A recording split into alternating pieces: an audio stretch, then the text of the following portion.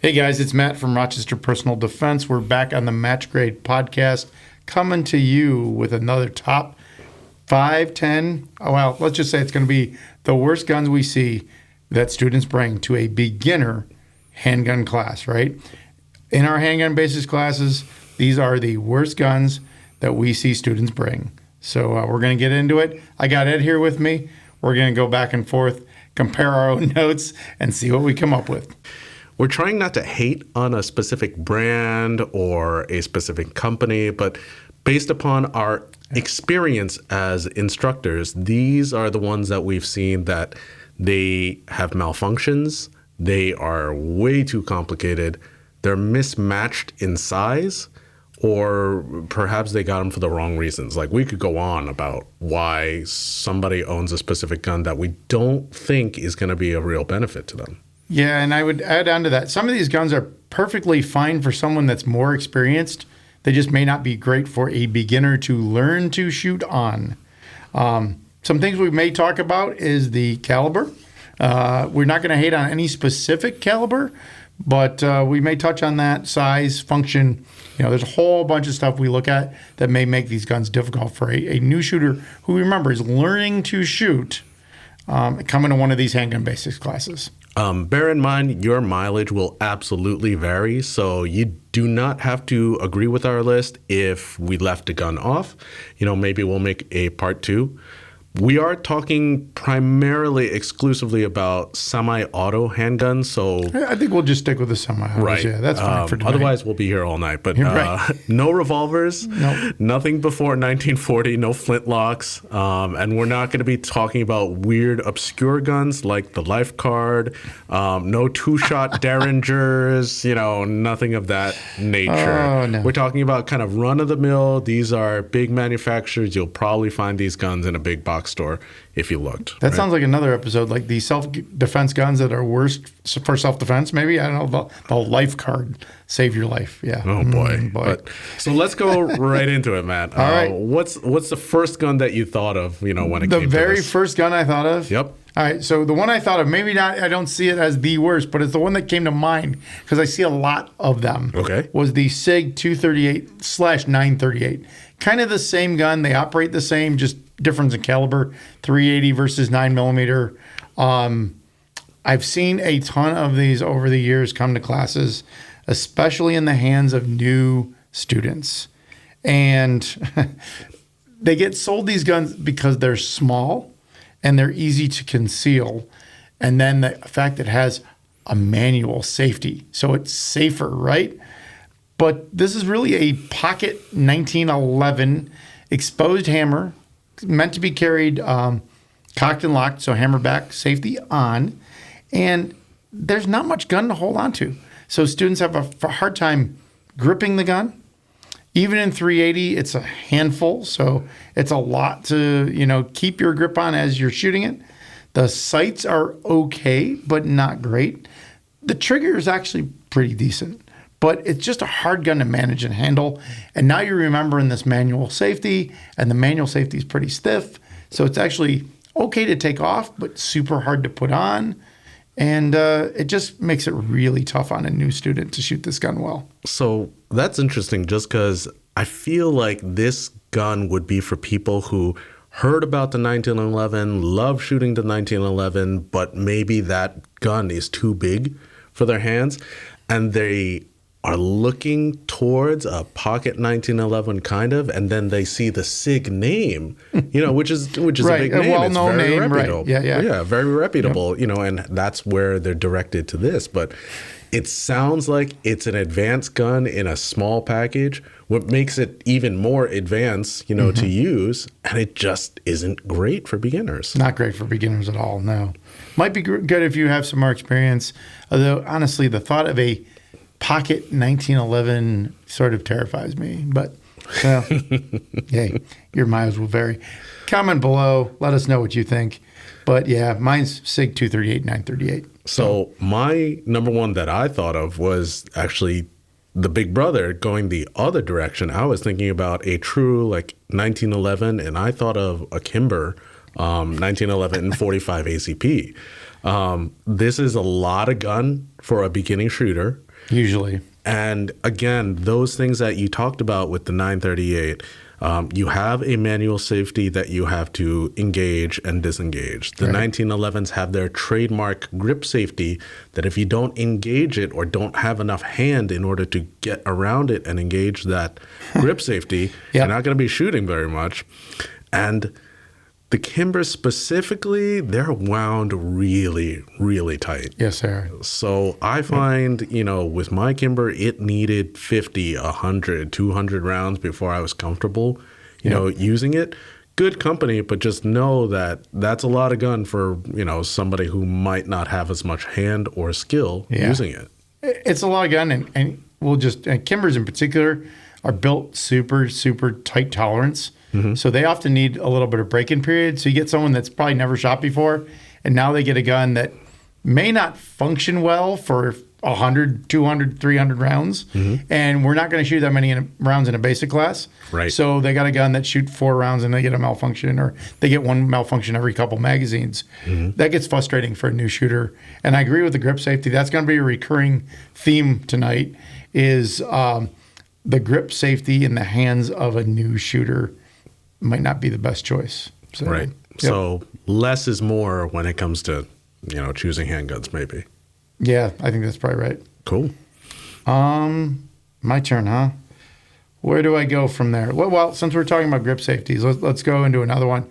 A series of guns, actually kind of 2 guns that are so similar, I can hardly tell them apart.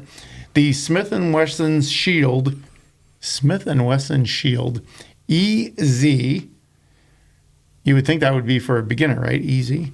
Or equalizer. I was going to say, we see a lot of that, in our classes, especially with women. And you would think that EZ, when they advertised it, was geared towards the new shooter, no? It is. That's their advertising. When you go into the shop, I've heard this. And it is. The big thing is it is easy to rack the slide. Has a very light recoil spring. So people with smaller hands, maybe weaker hands, older people, they can put a magazine in and rack the slide, which sometimes they struggle with. Although we know from experience, we can teach almost anybody to rack the slide on almost any pistol. It takes some work, but there is some technique. We can teach you that. However, these guns, the only thing that's easy about them is racking the slide. The grip safety is probably my biggest problem with these guns. It's not even like a 1911 grip safety that is huge. Like you put your hand on that and it pretty much deactivates as soon as you're gripping that grip. On the EZ and the equalizer both, your hand has to be in about exactly the right spot to keep the grip safety deactivated. So the most common thing I see is we fire one round, someone goes to fire another round, and their grip has moved just a little bit, and now they're like, the gun won't fire. Why won't this gun fire? And it's the grip safety is keeping it from firing, from being disengaged. They can't get to it. So I was going to say, with the 1911, usually the grip safety goes in flush with the grip, so it's comfortable once you engage it. I'm guessing that's not the case with the EZ series. It looks like it sticks out. It sticks out, and it's also very thin. It's like a blade. So if you're not right on it all the time, it very easily comes out enough to keep the gun from firing. So, and they tend to be a little smaller guns too, so the recoil is not insignificant. So yeah, it's a tough gun that should be easy. So, but Smith & Wesson tried to come out and fix that, right? Well, I think the equalizer is supposed to be a fix. It's also a slightly different operating system.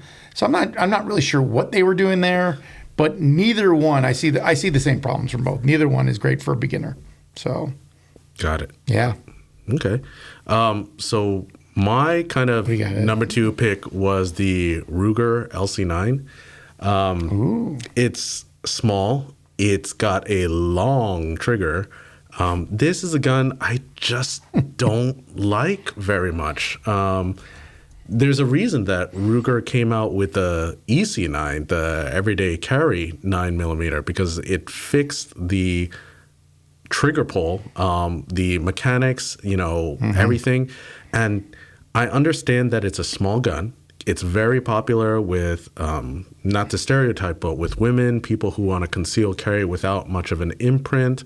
But man, small guns are hard to shoot. Yes. They have a short sight radius. They have small controls.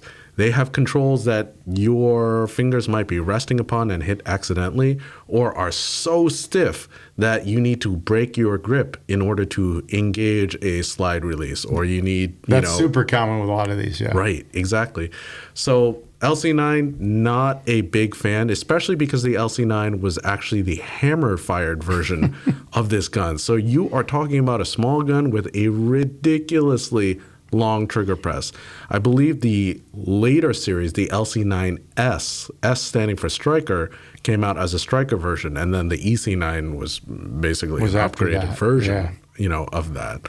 LC9's the triggers that's horrific. It's really bad, and people then struggle to shoot accurately because they're trying to manipulate this really hard, really stiff trigger. So yeah, I would totally agree with that. And the sights aren't real great on them either. So you're just stacking problem on problem. Right. Yeah. With that tiny sight radius, and the fact that they want to keep it, nice and small, you really don't have much to work with there. So, right. Again, that's true. That's my pick. Good call. I don't see a lot of these guns too much anymore. Or every once in a while, I see one crop up. The famous Walther PPk. The James Bond gun. It's famous because it's one of James Bond's guns, right? Probably the most famous of all his guns. It's infamous because anyone that has shot one knows it is not the greatest gun. Even in a good shooter's hand, this can be a tough gun to shoot. So certainly when we're talking a novice or new shooter, this gun is really difficult. And the list of things that's tough about it is long. First, not a great trigger. Really, really gritty, tough trigger to learn to shoot well on. A slide is really difficult to rack. This is one of those guns that struggle to get people to learn how to rack the slide. If they don't get it right away, it's going to be a fight. Second or third, actually, see, I'm losing track on this. How many things are wrong? The sights are not good. It has a little, basically, notch in the back and kind of a little tiny bump for a front sight. There have been upgrades. There may be upgraded models or variations, but in general, the Walther PPk, really, really tough gun. If this wasn't James Bond's gun, I'm not sure anyone would actually buy this gun for sure. I was going to say, this kind of falls into that place of it's a small gun, it's a hammer fired, not a single action only, but it's got a manual safety and it's got a hammer. That just seems like a lot of things that can go wrong and a lot of things that you need to overcome, in order to actually shoot it effectively. So a lot of things to learn to shoot, and I think this might be another thing you're going to hear.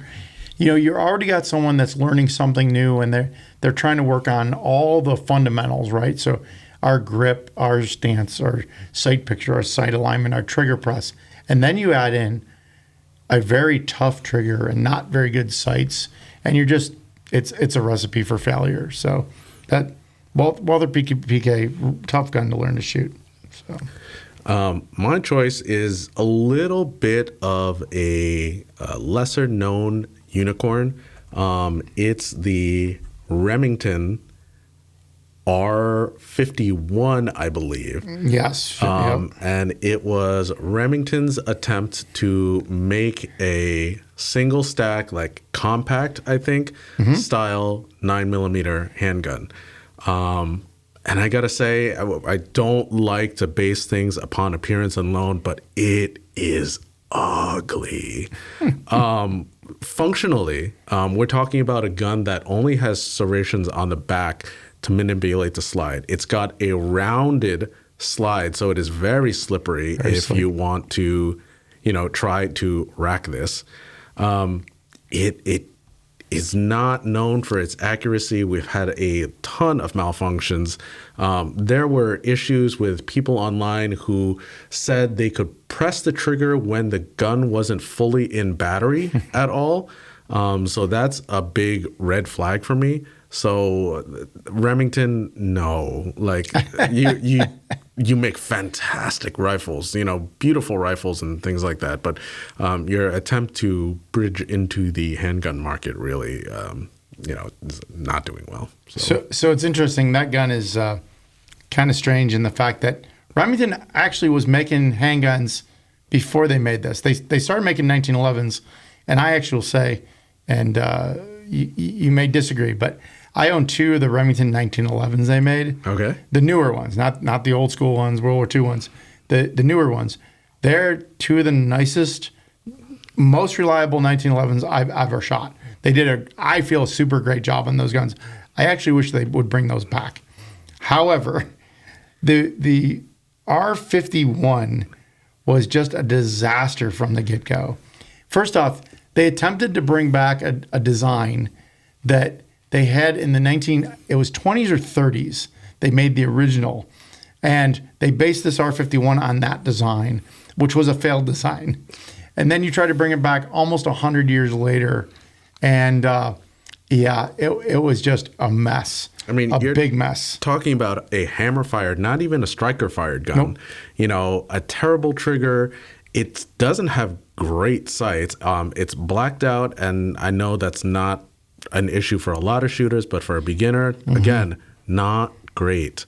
And then, again, capacity. It's I would say a mid-sized gun, but it's a single-stacked magazine, which doesn't make sense to me because I feel like your compacts, if you're going for that low profile, it should be the ones that are single-stacked. It's got all the markings. It was kind of big for what it was, too. Oddly enough, it's supposed to be a pocket gun, but it was kind of big, kind of heavy. It was a weird choice for them to try to bring back and make. So yeah, I would agree with that, Ed. Yep. Good call. What'd you have for your next one? Oh boy, there's a couple here. I think for my next one, I'm gonna say, and I know I'm gonna get some hate on this one for sure, but the Springfield Hellcat, not the Pro model. I will say the Pro fixed some of the problems that I saw with Hellcats, but the Hellcats in general, I saw a lot of these. A couple of years ago, I was seeing a ton of them, but again, it's a smaller gun with, I thought, a pretty horrific trigger out of the box. Like, it was just not a nice trigger at all. Sights, while they were good size, just they had a U rear notch and kind of a ball rounded front sight that was not intuitive to use for any type of real accuracy. And I saw a lot of malfunctions with these guns.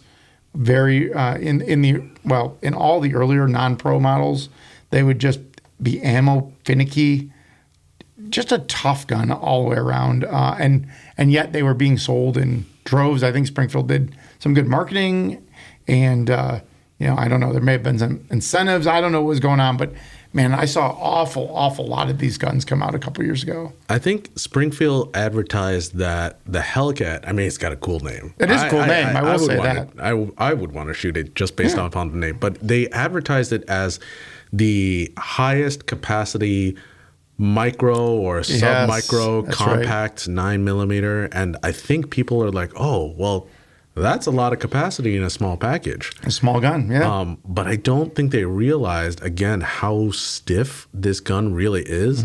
And we've seen students have a really hard time try to engage that slide lock, when they're trying to lock the slide back, or those people who are inclined to release the slide by hitting the slide release. Like, boy, they had to break their grip. They had to use their support hands. This was hard to use. Yeah, it was. It is a tough gun. So. That plus the fact that if you have to release a pro model, the fact that the gun originally couldn't speak for itself, that's not a great sign. So what have we seen here? We've seen at least 3 of these picks where they had a gun that came out, and then later on they had to release an updated version or even a slightly different version to say, oh, we fixed the problems that we had with our gun that we have out here. So that's pretty funny. Absolutely. So, has Glock ever had to do that? Oh wait, sorry guys. So I had 4 Glocks listed on this, but I decided not to put any of them on because I'm going to get a lot of Glock hate. But I'll throw out there, the pocket Glocks, the small Glocks, Mm-hmm. definitely hard guns to shoot. And if that gun is a 27, forget about it. Yep. A Glock 40 caliber in a pocket gun, one of the worst guns to learn to shoot. One of the worst guns even to shoot, kind of period, in my opinion. And I like Glocks, but that gun is just not fun. So yeah, there's a free bonus one there. An honorable mention. But holy cow, yeah, that's a rough one to bring to a class as a new shooter for sure. That plus, with the short, grip and the short magazine capacity, Mm-hmm. you're for some bigger guys, like your pinky and your ring finger almost are just hanging out in space. Pinky and at least half your ring finger are hanging off on those guns for sure. Even with the little extended mag. Yep. Yeah, not fun. So I'll probably, get some hate for this one, but I have the Beretta M9 or the 92 listed. Why, Ed? I don't think this is a great gun for a new shooter. Yes, tried and tested, used in military back in the 90s for a long period of time. Long. And if a lot of people think, hey, if it's good enough for military, it's good enough for law enforcement, it must be good enough for me. This gun was used by a lot of law enforcement, by the U.S. military. Mm-hmm. A lot of them made. But, yeah.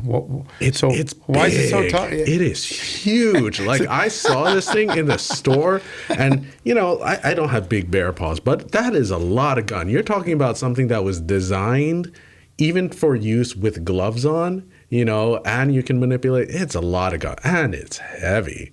It's heavy. It's all steel. It's all steel, despite having an exposed barrel. Like they didn't half the slide being missing, you would think it would be lighter. Half the slide being missing, you'd think it'd be a lighter gun. Yeah. Imagine if that thing had a full cover slide on it, which would have fixed some of the problems. But yeah, having a open top slide, a lot of crap kind of gets in there. It jams a lot. Failure to feed, failure to eject, failure to insert your verb. After at this point. Plus, you're also dealing with, again, a manual safety, which is not the end of the world, but it is one of those things that you are going to have to train and learn. I don't know for sure. Maybe you know better, Matt. But if you engage the safety, does it lower the hammer? Yes and no. Yes, it depends on the variant of the gun. So, which was what I was sitting here thinking about as you were talking. You have a new shooter with this operating system, and invariably they come to class, and I'll ask that question. Does your gun, when you hit the safety, does it lower the hammer, or is it just a safety? And they look at me like I have three heads. They have no idea what the heck What did you ask me? Huh? What are you talking about? I don't know. So now we're out on the range finding out how this gun works. So some have a decocker safety, which will lower the hammer, which is my preference because if it's just a safety, how do we lower the hammer on that Beretta? You got to pull the trigger. Right, exactly. Which, let's think about that. We got a gun that's loaded and we're pulling the trigger and holding the hammer and trying to gently lower it down. And this one is our first double action, single action, guys. The Beretta M9 with its hammer and safety is not a single action only gun. It has two trigger presses. And when that hammer goes down, that first shot after the hammer is down is going to be a long 8 to 10 pound trigger pull, if not more. And then you'll have shorter follow-up shots. But again, something that has all the features of a 1911 learning, plus you got two triggers. So that's my pick. I don't disagree with that. That's a tough one. And it's just a big gun. Doesn't fit a lot of people's hands very well. Oh, I still like them, I'll be honest. I think they're cool. Probably because I grew up in the 90s and 80s, 90s. And they were everywhere. Every movie had at least one. I was going to say Die Hard. Die Hard. Was going to be the pivotal promotional one. Beretta M9. All right, there you go. So, all right, what's left? What do I have? What's your, how many you got left? I think I got one left. I got one left, yeah. Yep. Taurus PT111 series of guns. Ooh, I don't know too much about this one, but I know there was some news about it. Yeah, these had problems with quality control. There was some negligent discharges attributed to this gun. It was actually completely recalled by Taurus at one point. Ooh, that's a bad sign. That's not a good sign. When your company recalls all the guns, that's not good. I still see these every once in a while creep up. If you have one, you probably should have sent it back to Taurus and gotten whatever they were going to give you for it. But again, like all the problems we see with other guns, really bad trigger, hard to rack the slide to load it around, obviously poor quality control, and just malfunction after malfunction with these guns, especially magazine problems, sights falling off. I've seen that with these guns. So this is one gun that's truly like issues from the manufacturer. Yes. And we don't like to rag on manufacturers too much, but if the manufacturer is the one who's recalling, like Matt said, an entire generation or an entire model line, like, wow, we really messed up, in order to do that. So, Yeah. Not great for the new shooter guys. They're out there, they're older, and Taurus does have a new line of semi-automatic handguns. I've seen quite a few of their newer semi-autos. They seem to be much, much better. I wouldn't say I'd run out and buy one myself, but I wouldn't tell people don't buy it like I would the old PT111s. Mm-hmm. Yeah. Just a rough gun all the way around. Yep. So. Got it. Yeah. My last one, a little bit of a unicorn out there still, but we do see it. It's the Sig P250, the double action only. Oh. I love SIGs. Mm-hmm. I love 1911s more. But the Sig P250, I don't know why they came out with this gun. That is literally funny because I remember when I can remember when this gun came out and I first saw it and I went, what's the point of this? Like, where did this come from? Why are you making this SIG? So I fully believe that every gun, or a model line of guns fits a specific role, whether it's concealed carry, it's fulfilling a military contract, or it's the first hammer fired, or it's the first striker fired, something of that nature. The Sig P250 is a double action hammer fired only gun, which means it has one type of trigger press. And giant. Holy moly, it is an almost 10-pound trigger press. Oh, at least. On a very heavy steel gun. But it's small. It's small, but it weighs as much as any other polymer full size. Yes. So it's like all the negatives and none of the benefits either way. So I'm wondering why in the world this gun was made. Like you're talking, like I guess for the person who wants to have that long trigger press because they're not sure they want to shoot. So if you're at like 6 or 7 pounds and you're like, oh, I'm not sure I want to commit, you have those, triggers to let go. Here's 4 more pounds. There you go. Exactly. I can still think about this, for a little bit.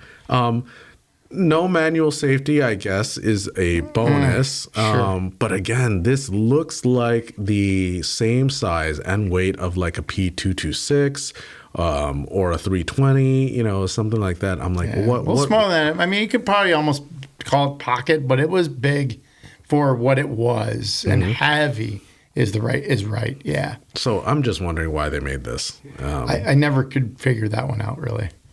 So yeah, not great for new shooters. Again, not super popular, but they are out there, and clearly because we've seen them in classes, it's on this list. Yeah, that's a pretty interesting list, I think, right there. Yep.